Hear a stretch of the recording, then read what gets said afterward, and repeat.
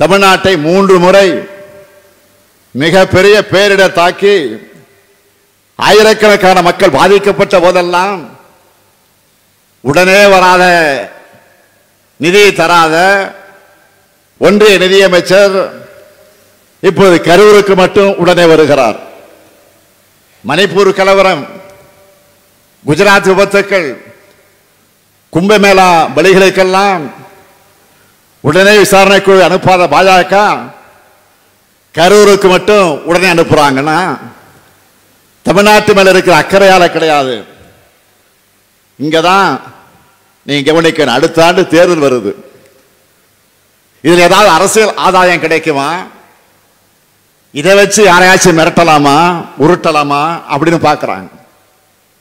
யாருடைய ரத்தத்தையாவது உறிஞ்சி உயிர் வாழ துடிக்கிற ஒட்டுணியாகத்தான் பாஜக இருக்குது.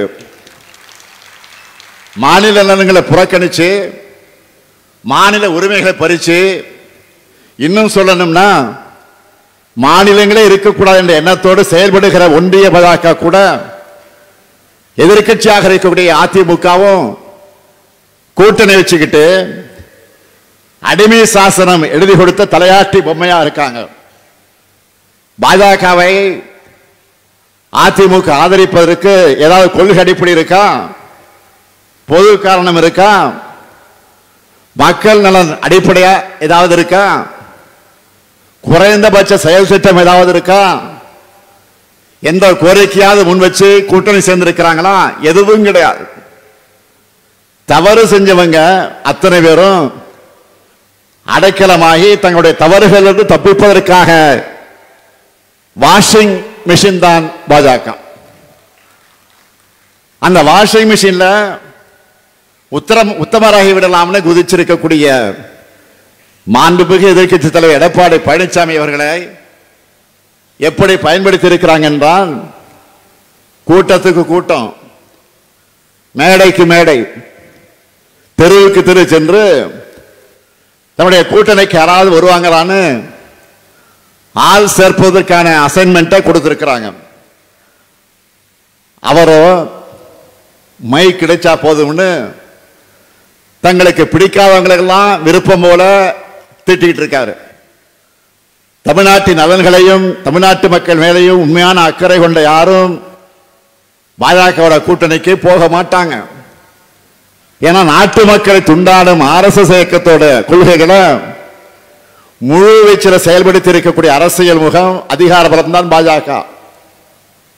அதிலும் 3வது முறை மக்களுடைய ஆதரவு குறைஞ்சு ஒரு சிலரின் ஆதரவோடு ஆட்சி அமைச்ச பிறகு RSS பாதையில வேகமாக நடைபோட ஆரம்பிச்சிருக்கு பாஜக. பெருந்தலைவர் காமராசரை கொல்ல முயற்சித்த RSS அமைப்போடு நூற்றாண்டுல அவங்களுடைய செயல் திட்டத்தை வேகப்படுத்தி இருக்காங்க. வரலாறு முழுக்க இவங்களுடைய கொள்கை திட்டங்களுக்கு எதிராக நின்று தமிழ்நாட்டையும் தமிழ்நாட்டு மக்களை காக்கின்ற நம்முடைய பணி அடுத்து அமையவிருக்கக்கூடிய திராவிட மாடல் 2.0 தொடரும். கச்சத்தீவை தரமாட்டோம்னு இலங்கையினுடைய வெளியுறவுத்துறை அமைச்சர் சொல்லுகிறார். இதுக்கு இந்திய வெளியுறவுத்துறை அமைச்சர் ஏதாவது மறுத்து பேசியிருக்க வேண்டுமா வேண்டாமா? தமிழ்நாட்டு மீனவர்கள்லாம் மட்டும் அவர்களுக்கு இலக்கணமாக போச்சு. நாம இந்தியர்கள் இல்லையா?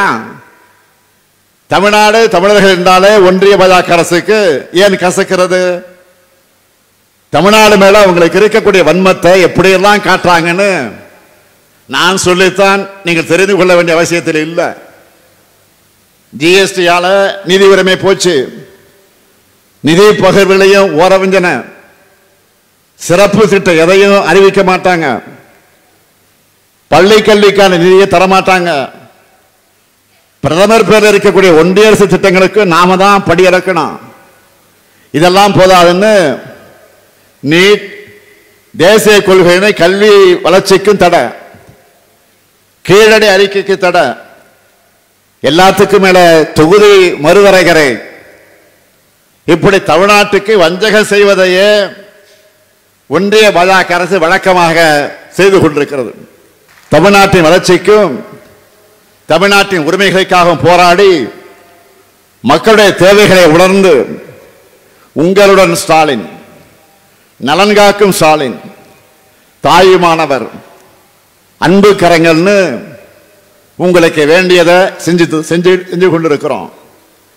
இந்த பணியை நாங்கள் தான் தொடர்ந்து தொய்வில்லாமல் செய்வோம். என்னை பொறுத்தவரை தமிழ்நாட்டை முதன்மை மாநிலமாக வளர்த்தெடுக்கிற கடமையை இன்னும் சிறப்பாக செஞ்சு காட்டுவேன். உங்க எதிர்பார்ப்புகளை எல்லாம் நிறைவேற்றுவேன். திராவிட மாடல் ஆட்சிதான் அடுத்து வரக்கூடிய தேர்தலை வென்று தொடரும். அப்பொழுது இன்னும் பல்வேறு திட்டங்களோடு உங்களை எல்லாம் சந்திக்க வருவேன் வருவேன் வருவேன் என்று உறுதியளித்து விடைபெறுகிறேன். நன்றி, வணக்கம்.